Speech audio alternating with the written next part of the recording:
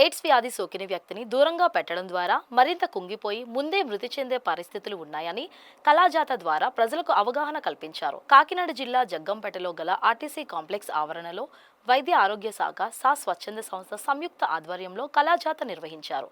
వారు మాట్లాడుతూ హెచ్ఐవి అనేది అంటువ్యాధి కాదన్నారు.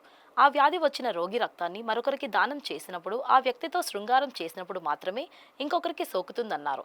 ఇది దీర్ఘకాల వ్యాధి అని, మందులు వాడుతూ ఉండాలని కళాజాత ద్వారా తెలియజేశారు. ఈ కార్యక్రమంలో సాస్ సిబ్బంది పాల్గొన్నారు.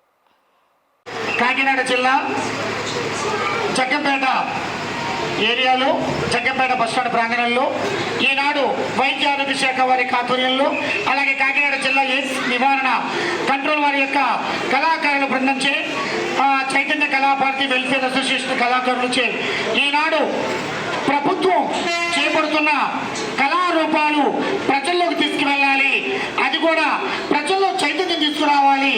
ఈనాడు హెచ్ఐవి అనేది ఒక రోగం కాదు, ఒక వ్యాధి కాదు, అది సామాన్యులకు వచ్చే ఒక షుగర్ వ్యాధి, బీపీ వ్యాధి ఎలాంటిదో ఇది కూడా జీవితాంతం మందులు వాడేటటువంటి ఒక ప్రక్రియ.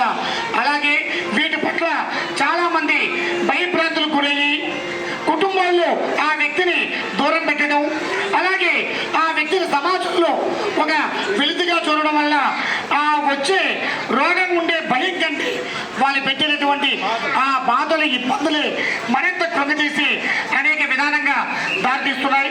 కాబట్టి మనమంతా ఆదరణ చూపించాలి. చులకనగా మాట్లాడడం, చేదరించుకోవడం, దూరం పెట్టడం ఇలాంటి వాటిని అరికట్టి మనలో ఒకరిగా సామాన్యుడిగా ఆదరిద్దాం, ప్రేమిద్దాం, ఆదుకుందాం. మనమంతా ఒకటి. అలాగే క్రమం తప్పకుండా ఏఆర్టీ మందులు వాడుతూ మన ఆరోగ్యాన్ని మనం కాపాడుకుందాం అనే దానిపై కళాజాతల ద్వారా ప్రజల్లో తీసుకువెళ్ళాలి అనే ఉద్దేశం చేత జగ్గంపేటలో సాస్ మరి స్వచ్ఛంద సంస్థ వారి ఆధ్వర్యంలో మరి కార్యక్రమం జరుగుతోంది.